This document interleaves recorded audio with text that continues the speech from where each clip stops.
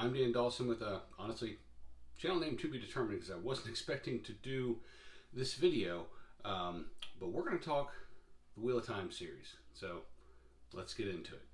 Alright, so as many of you may know, the Wheel of Time is now becoming a live action adaptation with Rafe Judkins being the showrunner, Amazon floating the bill and kind of making the series happen, trying to get what I heard the next Game of Thrones going to, make money. It's a business, So there's that aspect of this.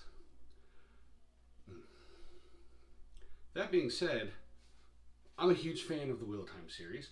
Always have been. Well, always since I started reading them back in the early 2000s.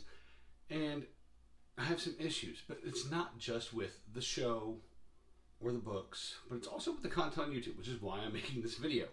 I've seen a lot of people, there are some people who do better job of the breakdowns and things of that nature, but I just found it kind of lacking. So while I wasn't expecting this, I don't have a big Wheel of Time background. I have a lot of guitars because, my other channel should be a guitar channel, and honestly I haven't been on that as much as I should have, but I felt kind of compelled to put out this video. So here we go, the breakdown, episode 1 of the Wheel of Time on Amazon, Leave-taking. Alright, so I've heard a lot of people talk about the cold opening with the red Aja.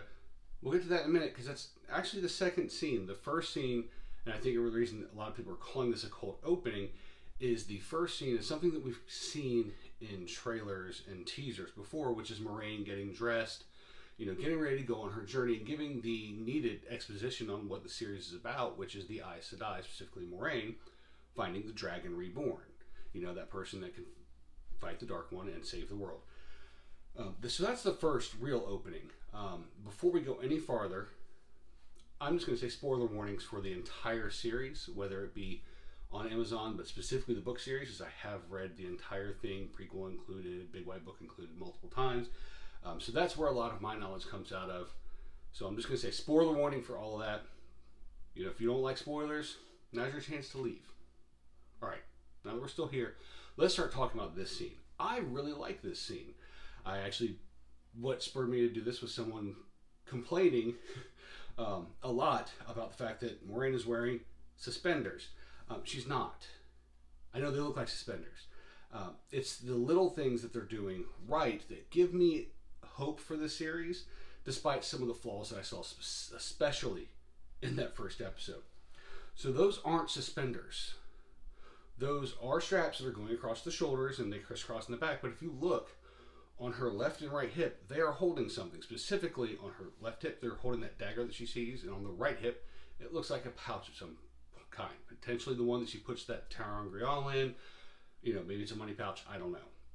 So no, she's not wearing suspenders. She's actually wearing something under layers so that you wouldn't see it. And she can maintain her Aes Sedai grace, serenity, elegance, while still having something very utilitarian underneath that is holding items that you would need. Keep in mind, they're running pockets, and things of that nature. So you have to find ways to hold this stuff. On that though, the belt knife I thought was kind of an odd choice in that scene. Moiraine doesn't really, never really in the books hear about a belt knife. She has a staff. She has the jewels she's constantly wearing on her forehead, which they do show some of later on in the series, but never a belt knife. So I thought that was weird. It does look very well made. It's very, fantasy looking. It's wonderful. Actually looks like it has some kind of a carved, potentially bone or horn, like an elk horn handle. But it looks good, and I didn't really mind it being there. Some of the costume design, I love some of it. I'm like, I think that they might have went a little too samurai looking for Lan's armor, or not Lan's armor, his costume, but it didn't really take away from it too much. Same with Moiraine stuff, it was elegant, but it was definitely travel wear. Not sure why they have the big, leather shoulder pads on there, but it is what it is. So that whole scene is them setting up, here's this person and her companion who are going out and traveling the world. Okay, I liked it. Cut to the next scene, which is what everybody calls the cold opening, with the Red Aja chasing these two men. For those of us who read the book, we know that one of them is probably Channels, and they eventually catch up, realize, oh, make one of them realize, oh, that person's not there. That's the madness. Okay, the scene has its issues. It's a jarring cut from what we just saw, but it does establish these rather stern, very, this power is meant for the women and not for the men. You make it filthy kind of characters, which I didn't mind so much out of the Red Aja. You don't get a lot of Red Aja character building in the early book. A little bit, but not a ton. But to see multiple people there, it was good. But the scene overall, the way it was filmed, the shaky cam going back and forth, it seemed a little jarring and kind of out of place. Maybe it would have been better later on in the series as a different scene. But neither here nor there. It established what it wanted to. Red Aja doesn't like men, especially those who can channel. Will capture those who can channel, and I think they gentled him. Talking to some other people, they're like, oh, I don't know. I think they were kind of torturing him. I think they gentled him. I think Moiraine clearly saw, standing up on top of the mountain with Lan, and she's keeping it to herself because that's what she would do. She's Kyrianan, Days Damar, Game of Houses. She's going to store that away for later and use it when she thinks she needs to. Additionally, it would do her no good to confront her sisters at that point in time if they're doing something outside of the Tower Law. But I don't think they're doing anything that broke the 3 oaths. And that's the key difference there. If they were breaking the 3 oaths, I think Moiraine would be all about trying to stop that, quash it right then and there. But I think it's more of a just kind of skirting or breaking Tower Law, which is why she didn't step in. Nonetheless, effective scene at getting those things across. I guess just it wasn't the best for moving the story along and when it comes to a pacing aspect of the show. Alright, so now you see the women's circle walking by, and it's a beautiful shot.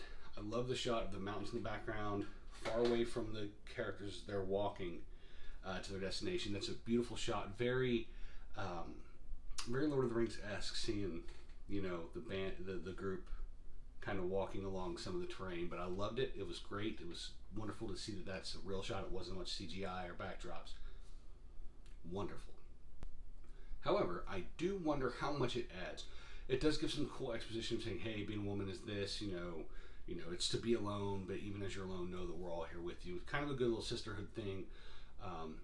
And they push her into the river. And I think the river scene is really the big portion of this particular scene and why it's so important. And I'll get to that in a second. But I do need to address one other thing. And that's I saw someone saying, oh, they clearly cut the scene out because if you look at, Egwene later, her dress is, got all these colors on it, because we did see this scene in the teasers where Egwene is coming up out of the water and you see all these colors that are basically paint, running across her as if she's rising through paint. Huge spoiler, it's the colors of all the Ajas of the Aes Sedai, which has implications later in the book. It's a really cool scene, and I love that, seeing her do that. But they were saying, oh, they clearly cut that out because if you see her dress after she, gets out of the river, it's got all these colors on it. Well, go back and watch. She's sitting there getting her hair braided before she ever gets pushed in the river. It has those same colors in the same spots. They're not vibrant. It's a very muted color gradation, which you see a lot in some of the younger Two Rivers clothes, such as Rand's sweater. It almost looks like it's supposed to be striped, but it's really, really faded. Kind of the same here. You got to remember this is a small farming community. What they're not making out of hand-spun stuff is probably purchased from a peddler after it's been worn for like a generation or two of people growing up. So they probably don't have a lot of that stuff. And that's also evident with another choice that I like with this. You see a lot of the characters wearing the same exact outfit 2 days in a row while they're at home. Now, I'm not talking about when they're on the road. I know that Moiraine and Lan, they're on the road, they're traveling, so they probably don't have a bunch of different clothes. But look at Matt, look at Perrin, look at Rand. Between the first night, when they're all in the tavern, and the next day, they're wearing the same clothes. And I think that's really telling as to like the kind of community that is doing there. So, well done on that little attention to detail, Wheel of Time showrunners and costume designers. Nonetheless, back to the original thing. I think the reason they show this is to do some of these Jordan-esque foreshadowing. Specifically, Egwene getting pushed in the river and her nearly drowning. If you watch it again and again, you'll see that she's nearly drowning while she's trying to swim up to the top and get a breath and then trying to fight the current. She's, comes pretty close to drowning until she lets herself go and surrenders to the current of the river and then she is able to serenely float downstream on her back while breathing. This is clear foreshadowing for later in the series when they start talking about the one power and how a woman has to surrender to it. You can't try to force it, you have to let it kind of take control, and then you can gently guide it. Same issue, same thing here with the river. That's what they're kind of getting across. And so I found it to be a fairly effective foreshadowing thing, and I think that specifically for people who have not read the books, when it comes to that time they start explaining it, they'll start putting those cinematic storytelling, foreshadowing pieces together and be like, okay, cool, not bad. Now we get to the next scene, which has some good and some bad with it. Them going into the wine spring inn, zooming in, seeing everybody laughing, having a hooting and hollering, having a good time. It's definitely bigger than I pictured in the books. That's okay. I liked having at least one central meeting place where everybody in the two rivers, now not necessarily Emmons Field. If you hear me say Emmons Field, I'm talking about the two rivers. And that being said, I don't think it was a bad scene until land comes in. At that point, I was like, why? I think that in post-production they've cut some scenes out here, much like some people think that Egwene's paint thing might have been cut, and it might have. That might have been a thing later. I think there's more important things that we're not seeing there that I'll get to in a minute when I get to my more theory aspects of the video. I think that the show as a whole cut out the whole Rand and Matt and Perrin talking about seeing a Dark Rider like they do in the books because of just time and pacing. They kind of allude to it with the whole, rocks falling and Rand going over there and pulling up his bow really quick. That's so similar to the books, except it was that he saw a Dark Rider for a second, and that's why he did it. So there's that. And actually, it's funny now that I mention it with the wolves. Tam says, "Oh, wolves are coming farther and farther down the mountain every year. Something's pushing them, farther down the mountain." He does say that because you hear a faint wolf's howl, and I'm using the quotation marks for a reason. It doesn't. Initially, it sounds like a wolf's howl. But then it changes pitch in a very weird way. It goes, oh, no, it's this very almost musical tonality to it. Not quite music, but it definitely is changing pitches in ways that I haven't heard a wolf howl before. Not saying that they don't. My experience with living in areas where there are actual wolves is very small. Only a few weeks, really the last time I was up in Minnesota years ago, did I hear a lot of wolves howling. But it didn't sound like that.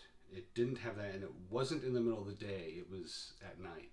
So there are couple things that made me go, I wonder if they're explaining it away quickly and brushing it off, but if it isn't something like a Trolloc horn or a wolf-muzzled Trolloc howling in the background, neither here nor there. The point is, I think they cut out the Dark Rider earlier on, which would have explained why it's so ominous when this man walks in and out of the rain in dark clothing with his hood down to here, that, oh, maybe that's the Dark Rider, and then him pulling back saying, I'm Landman, I'm Landman Dragler, and this is Moraine.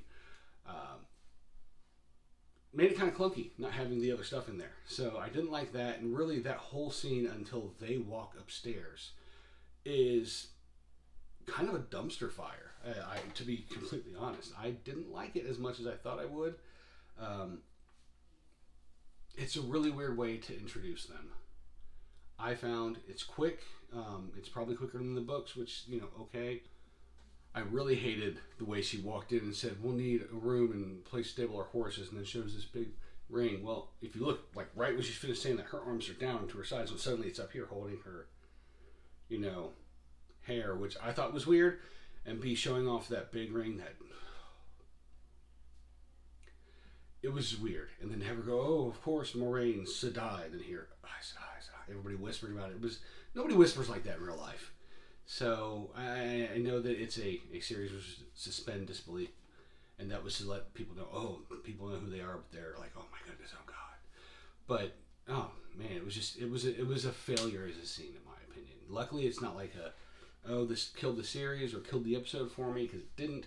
But it was clunky. The acting is really wonky. I don't know what happened there. So because a lot of the rest of it has great acting. Before we go on to the next scene, I got to talk about the ring. Oh my God. These flipping rings. I honestly cannot stand them. I think they're going to add something to these rings that is not in the book, which maybe it'll be a great plot point and a great plot device, and I'll take these words back later. But right now, I think that someone over-designed it and it turned horribly wrong. They are not functional. They're way too big, way too tall, way too wide now. And by wide, I mean this way on your fingers. It's like having almost 2 fingers in between. I mean, try making, clenching your fist like that. It sucks. It doesn't feel good. A ring needs to be thin in this area for it to be functional, and those just clearly are not. Additionally, they're way too tall. They're on top of the hand like that far, which is ridiculous. And it's also that they could put a stone with the character's Aja inside the serpent ring. Okay, fine, but what does an acceptance ring look like? That's when, when you're a novice and you become accepted, you get your Aes Sedai ring, your circle, snake eating its own tail ring. What stone's in that? Is there just not one? Is it put in later? It's just kind of clunky. And I think the reason that I think they have something else they're going to do with these rings is if you look at the picture of it, which I'll see if I can get one up here really quick, the ring itself actually has a gap between the ring and the stone setting. There is a gap in there. I mean, yeah, it's held up by a couple prongs, but there's definitely a clear gap, which, I don't know what they're planning on doing with that. If anything, maybe it was just a design. If it was just the design, man, that person missed the ball on that one. I'm just going to leave the rings alone and say that I flipping hate them, and we'll just leave it at that. Okay, so I did forget to mention that, hey, I really did like the scene with Rand and Tam walking down the corridor because that was right out of the books. Had a staff, everything. Loved that. Like I said, there was that little difference between being a Dark Rider versus being some rocks falling down the mountain that they're blaming on wolves. Whatever. But I did like that scene. I actually really like the next scene as well, upstairs with Lan getting into the bath with Moraine, which my first time watching, I cringed at. I thought that it was terrible. I thought that it was kind of like this, kick in the face to the Witcher, bathtub scene. And then looking at it, I'm like, what in the world is going on with that water? I know it's opaque so that you don't see anything because, this is not Game of Thrones. But I was like, until I realized, okay, this is, first of all, that's not muck in the water. Those are herbs. I distinctly saw lavender and also, I can't remember the other flower, but it's used like a chamomile in there as well. So it's herbs and flowers that are in there to help, perfume it, if you will. That aside, I really disliked initially Lan getting into the tub with her. I was like, what is this? Why is this here? And I think I finally picked out why it's there. And I actually don't mind that particular scene as much now. I think it's there to show, for a couple reasons. I think the lesser reason, which I don't like as much, is to kind of give those who haven't read the books kind of like this, oh, maybe Moraine and Lan are maybe they're a thing. To those of us who've read the books, that's just ludicrous and kind of crazy. But I think that might be part of what they were looking at. And then on the other side of things, I think it showed a lot more of Lan's character than Moraine's. But it did show their relationship with each other. So as he's getting in, and I will admit, I had to pause this repeatedly, so sorry, actor who played Lan. I don't really memorize a lot of the actors' names because I'm here about the content and the storyline. But he did a wonderful job with Lan, I think, so far. But I had to see a lot of his backside because I was looking for specific things, specifically scars and where they were on his body. And what I noticed is they did do scars. So he has scars on his shoulders, and he has scars on his upper back. Where he doesn't have any scars are places like his legs or anywhere on his torso. That's telling. That's telling. For someone who is supposed to be a very good warrior, extremely good, potentially Blades Master level swordsman at this point in time, that shows that he's not getting wounds in areas that are going to cripple him or, mortally injure him. You don't see any on the neck, you don't see any on the torso, where your rib cage and your stomach are, everything's protecting those vital organs. A little bit on the upper shoulders, and then on the shoulders, places that won't cripple him, but that he's clearly deflecting something away from a more vital region and taking those wounds. That's good, well thought out placement of practical visual effects and makeup. So extremely good job there. Moiraine doesn't have any scars that we were able to see there. I think she's going to have one after Winter's Night, but that's besides the point. Then he sits down and he's like, could be warmer. She's like, I was surprised they had this big tub here at all, basically. He's like, then he looks at her again, it says, could be warmer. What that is Lan won't ask her to heat it up, but he's going to make that thing like, it could be warmer. Knowing that she's going to be smart enough to pick up what he's saying, again, Kyrian, Days Damar, and say, oh, he just wants me to heat up the water. Well, I'll do that to make him happy. He's my warder, we share this bond, we're very close, and I think that was the point. Showing that closeness between them, and potentially a little bit of the scarring on Lan was kind of the point. And showing that little bit of minor nudity might make a couple people happy. I don't really care one way or the other. I'm not for or against that. But hey, I think it was overall an effective scene. Now we'll get to the next scene that I actually really liked, which was Rand and Egwene getting ready to do the dishes, and him kind of asking her how the women's circle thing went. And there's a little telling thing. If you look at her arm, she has a scar on it. And he looks at that before he asks how it went. That implies that that's new, but it's a scar. It's not an open wound. It's not a wound that's dressed. It is a scar at this point. And that'll be key to one of my theories later on at the end of this video, or maybe in a separate video. I don't know yet, because this one's going long. It's already getting over 20 minutes. That being said, he notices that they talk, have that little sweet thing with the berries, and a very Egwene thing, being smart enough to think on the fly. Has that been in your pocket all day? That's kind of, maybe don't put that in my mouth. Just, let's kiss and let's go places that they never went in the books, which is fine, because I do think that these characters are all aged up a little bit, especially Egwene, who I think in the book was like 16, 17. The scene afterwards, hey, you let me sleep. It's a thing. It's all right. Neither here nor there. Perrin being married. Let's go there.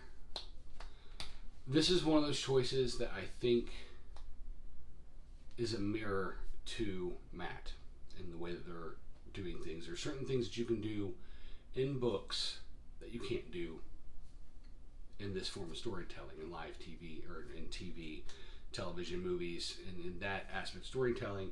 There are certain things that you can't get away with, and that's a lot of inner monologue, which is how we get a lot of who these characters are and why they make decisions they do when later in the books. For example, Perrin is always thinking to himself, how he has to be careful and think things through and not be rash because he's so much bigger than a lot of the other people. And when they say bigger, I never took it in the books as he was so much taller, like he was a giant, but that he was broader of shoulder and just stronger. That he was probably always that husky kid, That's kind of how I always took it. Like growing up, he was always just significantly like broader and bigger than the other Emmonsfield kids. So he, if they were doing something like playing tackle football and he went all out, he's probably going to hurt somebody. It's probably those kind of aspects that they were talking about. Neither here nor there. That has a lot to do with his character. Matt was always the jokester, prankster, et cetera, et cetera. Always the kind of kid who kind of got blamed for everything, got in trouble because he was always playing pranks, which sometimes, whatever. But it always kind of led, you could hear that stuff in their inner monologue. You can't get that in the movie. I think that's why they made two big changes that are giving a lot of people issues. One, Perrin being married and fridging his wife for character development, as people say. And then on the other hand, them basically kind of doing the same thing to Abel Cawthon. They did his wife, like making Abel Cawthon, who was a respected member of the community in the books, into this like garbage pile of a human being. Both of them, I think, are poor decisions. In that light, to make sure that I'm not going to do exactly what aggravates me about people when they say, oh, this fridging thing and misogyny and it was lazy. Well, I'm going to not just point out a problem. I'm going to give a solution.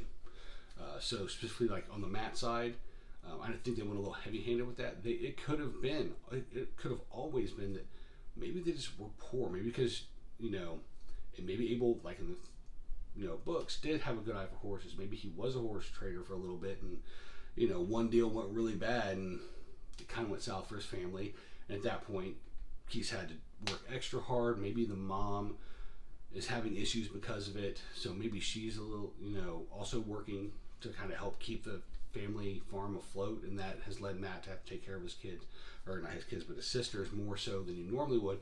Even just having that kind of economic disparity between an already kind of poorer Two Rivers region, and then having someone who is really struggling, can still have that kind of same character development going forward, especially if something like maybe the horse thing was because Matt played a prank and the horses got scared, broke their leads, and just ran off, and it made his family lose everything. There are ways you could have went around with it. Same thing with Perrin.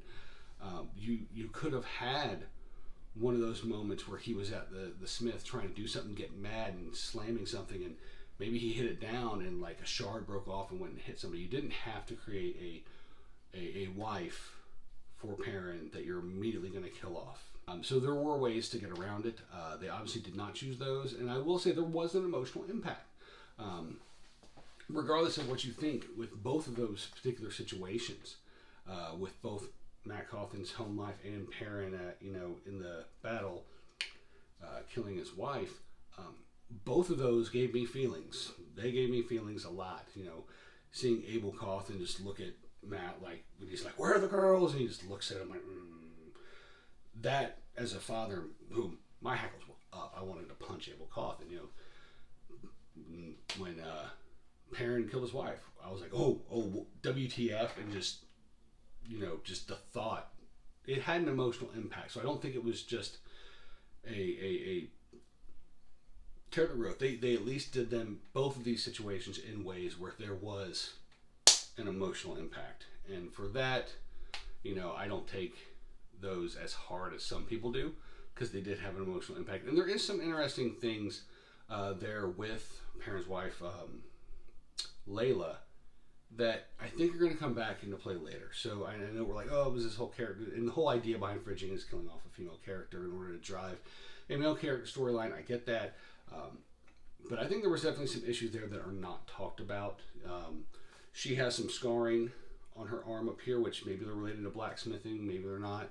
She also has a slice scar right here, which, look, when you see that, your first instinct goes to somewhere very dark, and maybe it's just part of the same blacksmithing stuff. I don't know. I do know some blacksmiths in real life, and they wear gloves and aprons. I guess you see later on Perrin wearing a very blacksmith thing, leather top that clasps up here. So very weird, very different. I think there's going to be more explored with that. We've talked enough about that issue. I don't like that they made these changes, but they did. So let's move on from them. Now you have Winter Night. Oh man, this fight was good. It was good. I liked the in-your-faceness. I love the way it started out with, and it was so good because it was like this poke out of the dude's chest. And I'm like, oh man, he just got shot by a Trollic arrow, kind of, a la Lord of the Rings with the Uruk-hai arrows. And then him to fall over and to see that that's just the tip of this crazy toothed axe was really just so good. I think the Trollocs are great. I love the fact that they're using a lot of practical effects, augmenting it with the digital VFX that you do afterwards. I think that's a wonderful choice. I think that people need to do more practical effects because they look better in certain ways. You can tell in certain portions of the show that when they went heavy CGI, you're like, oh, that didn't look so great there. But when they go overly heavy on the CGI, it has a tendency to start detracting. But you can't do just practical effects, because then you have these stone-faced Trollocs that don't get a lot of movement, specifically in the facial expressions. So mixing the two in that case, beautiful, wonderful, well done. I think the design is great. I saw multiple different types. I saw boars. I saw wolf muzzled. I saw one with a beak and some feathers. Wonderful design on these. I think just about all of them have horns for the most part. I think there's a couple that don't. I think they went very horn heavy on them. I think that's to separate them from basically orcs and Uroks and Lord of the Ring. Kind of, these things have horns. I don't know why they did that. I'd like to see some actual ram horned holics. Words is hard. I'd like to see some ram horned Trollocs at some point in time. They talked about those frequently in the book as well. I like what they do with the Trolloc feet, hooves, sometimes given the prosthetic that makes them look like they have that backward bending knee, similar to like dogs and cats and four-legged animals do. Even saw some Trollocs running on four legs, so wonderful on that. I like also the way they fight. They're not tactics. There's a lot of run in, scream, kill a couple people, scream. That is all to build fear and to also enjoy the killing. Trollocs are supposed to enjoy killing just for killing's sake, so they're probably really loving all these scared little humans that they're just picking off one by one. But they're not picking off all of them. They're definitely going after some of the people. You see that with them grabbing Nynaeve and running off with her, as she had already been pointed out as potentially one of the main characters. Picked up as one of the ones that could be the Dragon Reborn. So dragging her off instead of killing her makes sense. They're trying to capture certain people. Obviously, Rand, Mat, Perrin, Egwene, and I guess Nynaeve as well. Everyone else they'll kill. So good on that. I think that the way that Lan and Moraine fought was really cool. I thought there were some portions in there that I really liked. I did like her, the women sort of getting up there with their pitchforks and stabbing at one after a while. I like the viciousness of Nynaeve. I like that when she goes in with her knife, and it screams at her, and she just screams back, and she goes out. She doesn't just stab it and then look up. She stabs and stabs. She is shivving the heck out of that thing, which is how you should be in those situations. It's how that would have happened. It wouldn't be a one stab and, it's dead. No, she would have kept going until that thing stops. And that's very similar to what Perrin does later on when he's, slamming his axe into the face of that Trolloc. He's just going until he knows that him and his wife are safe. Unfortunately, she walks up and he hits her with that axe blade. Onto that scene, somebody to point out that she does have her hands back like this, and she drops that hammer that she's been using behind her. There's no other Trolloc threat. So she's walking up on her husband like that. Now, some people are saying, hey, I think that this might be maybe alluding to the fact that she was a dark friend and all this, and maybe she was going to kill Perrin right then, and he hasn't processed that portion yet. Sure, maybe, but I don't think so, because earlier in that fight, there's a Trolloc basically getting ready to own Perrin, and she stopped it from happening. So I don't think she's a dark friend that she's necessarily going to do this. She's going to let that happen and then escape. I do think that she was coming up to do the kill shot on the Trolloc, to just slam it on its face, and that's why she had the hammer up there. That being said, Winter Night, I think it was effective overall. I like the visual effects. I know some people are like, oh, you don't see the different, earth, wind, water, weaves. Yeah, well, you don't see the weaves all the time when they're doing some of the magic stuff either. A la, you didn't see Leandrin's weaves when she pulled the mountain down in front of that male channeler. So that doesn't bother me as much. And I will say one thing, I did like actually seeing the weaves actually weaving in and out before she brought down the lightning. Very good there. I liked that. Overall, really good. The fight up in Tam's house, I liked it. I think it hit all the moments that it needed to hit. I think it established that Tam knows what he's doing with his sword. He was doing very well with his parry / slash. I think that, given a couple days of thought, he would be like, why am I slashing so much and just wounding this thing? Why aren't I cutting it? But he hasn't fought in 20 years, So you don't think about those things on the fly. Maybe that was intentional, maybe it wasn't. I don't know. I thought it was good overall. There's a plane flying over. Great. Now that the plane's gone, mostly, let's continue with this. Overall, I think that fight was great. I did love the look of the farm. Little note that I did like and kind of dislike now later on was before Winter's Night and everything, when Lan is out there looking, he finds all those sheep that are killed, slaughtered, and left there in the shape of the dragon's fang. I like that for the reason that most people, I like it for a different reason than most people. Most people are like, oh, I love the, putting that imagery there as, an omen and a nod and foreshadowing. I don't think it's foreshadowing. I found that I'm starting to find the dragon's fang showing up consistently as almost kind of lazy fan service. I think there are better ways that they've done some Easter eggy type things than that. What I did like about that is it did show the brutality of the Trollocs, and they will kill just to kill. These things weren't eaten apart. They just had their guts ripped out and then were arranged. So wonderful on that. Chef's kiss on showing the brutality without necessarily them eating everything, you know. Did forget one other character that I got to throw in here. Padden Fane. Oh my god. So good. Well acted. Great design. That smile is so freaking creepy. I love it. He does such a good job with that. And, you know, I'm looking forward to seeing more of Padden Fane. Now, something that I did notice watching the series back over that I didn't notice the first watching, and honestly, I think it was the guy written Nameless over at his channel who pointed this out. It might have been WoT Up, though. I think it was WoT Up, actually, now that I think about it. That's WoT Up, Wheel of Time Up, who mentioned he's whistling a lot, and then in later scenes in the next episodes, you hear what sounds like the same whistling, and I did hear it for the Shadow Lorgoth scene. So I do think there is more to Padden Fane, more Padden Fane coming later on. Obviously, for those of us who read the books, we know all that stuff. They've definitely taken a little bit of a departure, I think, with him and his escapades, but I think it's going to end up having the same effect, just without him having to sleep doubled up in a Trolloc cook pot. So love Padden Fane. Can't wait to see more on him. Now, on to the last scene that I have issues with, and that's that final scene where Moiraine is trying to convince them to leave. Yeah, there's that one wonderful one-liner of, you know, have you fully lost your mind? Great line, great delivery.